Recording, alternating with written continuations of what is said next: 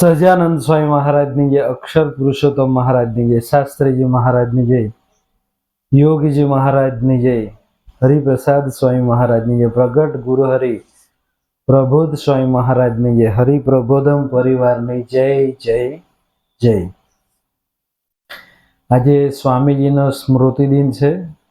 સ્વધાન ગમન સ્વામીજી 26 તારીખે ગયેલા, એટલે આપણને તો આ દિવસે એટલો બધો આ લાગેલો કે સ્વામીજી ગયા એટલે આપણો હવે કોણ, એમ એવો દિવસ ને ખરેખર અહીં સૂનું સૂનું થઈ ગયેલું. બરાબર. તો વાતચીત કરીએ તો કદાચ મારા જીવનમાં સ્વામીજી ની આવેલા હોતે તો આજે ક્યાં ના ક્યાં હોતે, કેટલા વ્યસનમાં કે મિત્રો સાથે એવું જીવન થઈ જતે. પણ મારા જીવનમાં સ્વામીજી આવ્યા ને ખરેખર એક ટર્નિંગ પોઈન્ટ થયો. આપણે તો સ્વામીજી પાસે કોઈ ગરજ નથી રાખી, પણ સ્વામીજીએ સામે ચાલીને આપણા પર ગરજ રાખી, કૃપા કરી, એવું અનુભવ આપણને થાય એમ. તો ખરેખર જે કાંઈ છે આજે તો સ્વામીજીની કૃપાથી છે, એમને લઈને આપણે છે. તો સ્વામીજીના યુગમાં તો આવવાનું થયું તો શરૂઆતમાં અમારા જે બનેવી છે, બરાબર, ગુલાબભાઈ, એમના માધ્યમથી અમે આ સત્સંગમાં આવ્યા. ને બીજું તો કંઈ નહીં, પણ સત્સંગમાં ગમતું બહુ, એમ ભક્તો ગમતા, એનો ડ્રેસ ગમતો, બધું ગમે એમ, સભામાં આવવાનું ગમતું. એટલે પ્રથમ વખત શિબિરમાં અમે લઈ ગયેલા ટેમ્પામાં, તો ત્યારે તો આપણને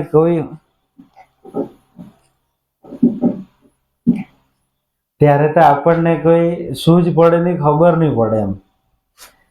પણ સ્વામીજીના દર્શન કર્યા અને એક આકર્ષણ થયું સ્વામી તરફ. એટલે પછી દર વખતે અમને તો દિવાળી પર લઈ જાય, અને ત્યારે તો શિબિરો ચાલતી, અઢી દિવસની શિબિર ચાલતી, અને અમારા જીવનનું પરિવર્તન થયું. તો ખરેખર સ્વામીજી એવું કહેવાય કે ધરતી પર ગયા જ નથી. ને આપણે સ્વામીજીના વિડીયો પણ જોયું છે કે આપણને સ્વામીજી 18 તાલ મૂકીને નહીં ગયા, આપણને પ્રબોધ સ્વામીની ગોદ આપીને ગયા. એટલે આપણા જેવા આ બ્રહ્માંડમાં કોઈ ભાગ્યશાળી નથી.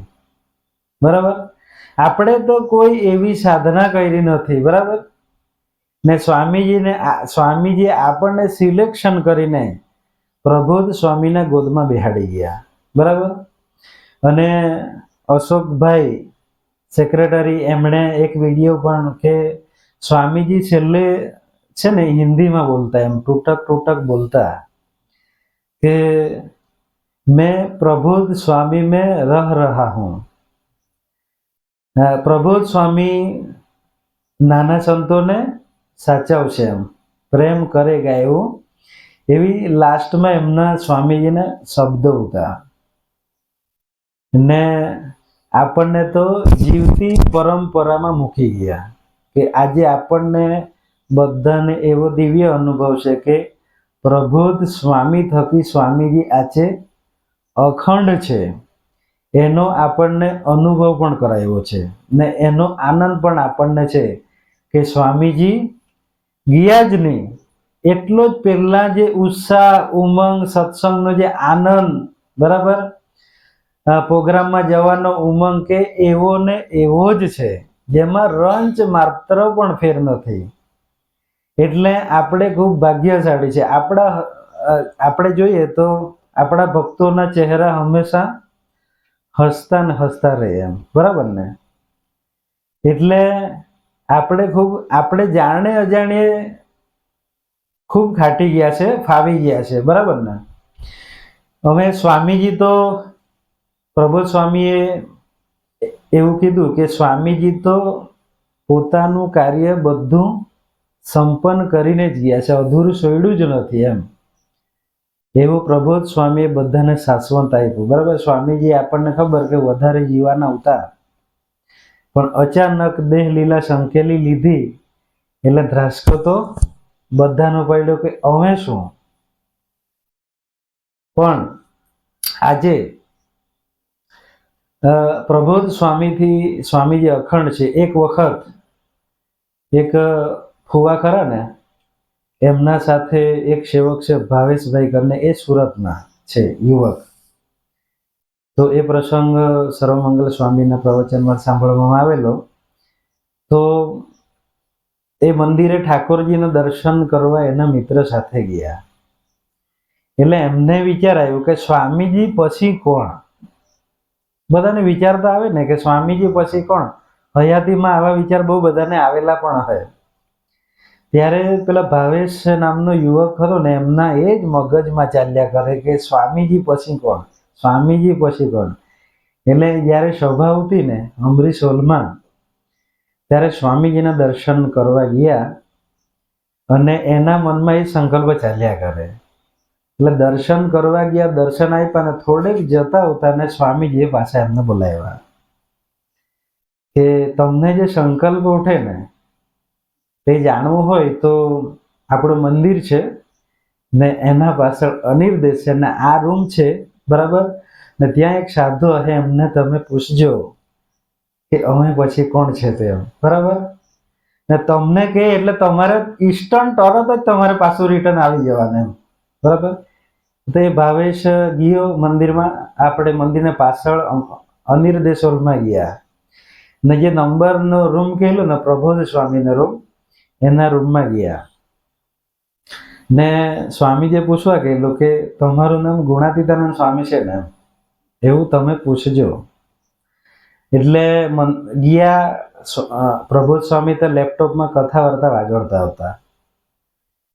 એટલે જય સ્વામિનારાયણ કહીને મેં સ્વામીએ પૂછ્યું કે બોલો શું સેવા છે, પ્રબોધ સ્વામીએ પૂછ્યું. ત્યારે પેલા યુવકે સીધો જ સવાલ કર્યો કે તમે ગુણાતીતાનંદ સ્વામી ખરા ને એમ. તો પ્રબોધ સ્વામી કહે જ બોલ્યા નહીં. પછી પાછું પૂછ્યું કે તમે ગુણાતીતાનંદ સ્વામી ખરા ને એમ. ત્યારે પ્રબોધ સ્વામીએ બોલ્યો કે અત્યારે મારું નામ પ્રબોધ સ્વામી છે અને મહારાજ વખતે ગુણાતીતાનંદ સ્વામી નામ હતું એમ.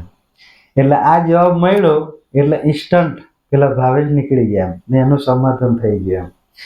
તો સ્વામીજીએ પછી એ યુવકને શું કહેલું ખબર કે હું જ્યાં સુધી ધામમાં નહીં જાઉં ને ત્યાં સુધી આ પ્રસંગ તમારે કોઈને કહેવાનો નહીં પાછો એમ. એટલે એકચ્યુઅલી તો સ્વામીજી જે ભક્તોને અનુભવ કરાવવાનો એ તો કરીને જ ગયેલા. એટલે પછી એ યુવક જ્યારે ચોથી મે આવી ને ત્યારે પ્રસંગ આખો સભામાં કહેલો કે આવું. એટલે એકચ્યુઅલી અનુભૂતિ તો કરાવેલી જ, ને જેમણે ખરેખર સાચા દિલથી જે પ્રાર્થના કરેલી હશે ને કે સ્વામી તમે જ્યાં હોય તો અમને તો જોડજો, કેમ કે માહોલ પણ એ ઊભો થયેલો ને પહેલેથી થોડોક અણસાર પણ સ્વામીજી આપેલો, છતાં પણ એવો માહોલ થયેલો. પણ સ્વામીજીએ ખરેખર આપણને એકદમ પરફેક્ટ જગ્યાએ મૂકી દીધા. એટલે આપણા જેવા કોઈ ભાગ્યશાળી નથી, બરાબર. ને પ્રબોધ સ્વામી થકી અત્યારે સ્વામીજી અખંડ છે એવો અનુભવ આપણને થાય. ને આજે સ્વામીજી ઉતારને જે આનંદ છે, ઉત્સાહ છે, બધા ભક્તોના જીવનમાં જોવા મળે. એટલે આપણે ખૂબ નસીબદાર અને ભાગ્યશાળી છે. ને અત્યારે પ્રબોધ સ્વામીજીનું પણ જીવન જોઈએ એટલે કેટલું બધું સહજ છે જીવન એનું. સહજ એટલે એમ નેચરલ, આપણને ગમે એનું બોલે તે ગમે, ચાલે તે ગમે, હલન ચલન બધી જ ક્રિયા આપણને ગમે એવું પ્રબોધ સ્વામીનું જીવન છે. તો સ્વામીજી આજે પ્રબોધ સ્વામી જ્યાં જાય ત્યાં સ્વામી પાછળ પેલું કેવું યુવકો ઘેલા થઈ જતા અને જ્યાં જાય ત્યાં યુવકો જ. તો અત્યારે પ્રબોધ સ્વામી બી જ્યાં જાય ત્યાં યુવકો જ છે એમ. અને પ્રબોધ સ્વામી બધાને દિવ્ય અનુભવ પણ બહુ બધા કરાવ્યા છે. ને સ્વામીજી આપણી ઇન્સ્ટન્ટ પ્રાર્થના બી સાંભળે એવા પણ અનુભવ કરાવ્યા. ભલે પ્રબોધ સ્વામીજી મોટો પ્રોગ્રામમાં હોય કે વિદેશમાં હોય, પણ આપણે પ્રાર્થના કરીએ તો 100% સાંભળે જ એમ. તો એ તો એક વિશ્વાસનો પ્રશ્ન છે એમ. તો ખરેખર બધા ભક્તો ભેગા થયા અને આજે વિડીયો દર્શન પણ આપણને ખૂબ સરસ જોવાનું મળ્યું કે સ્વામીજીનો ભીડો છે એ તો 1% પણ નથી એમ. એવો ભીડો તો સ્વામી વર્ષોમાંથી આપણા માટે બેઠી ગયા અને એ ભીડાનો અણસાર પણ આપણને આવવા દીધો નથી. બરાબર. તો અત્યારે જો સ્વામીજીનો રાજીપો આપણે લેવો હોય તો આપણને 2 વાત ગુરુ પૂર્ણિમામાં પણ કરી કે મિશન ડબલ, એમાં આપણે નિમિત્ત બનવાનું છે. બરાબર. આપણો સમયનો ભાગ બી કાઢવાનો છે અને એમનો યુગ કાર્યમાં આપણે નિમિત્ત બનવાનું છે. તો ખરેખર આજે સૌ ભક્તો ભેગા થયા, ખૂબ આનંદ થયો અને ખરેખર આજના દિવસે ભગવાન સ્વામીજી અને પ્રગટ ગુરુ પ્રબોધ સ્વામીજીના ચરણોમાં પ્રાર્થના કરીએ કે ખરેખર આપની જે અનુવૃત્તિ છે કે મિશન ડબલ અને યુવા પ્રવૃત્તિમાં અમને સૌને નિમિત્ત બનાવજો, એ પ્રાર્થના સહજાનંદ સ્વામી મહારાજની.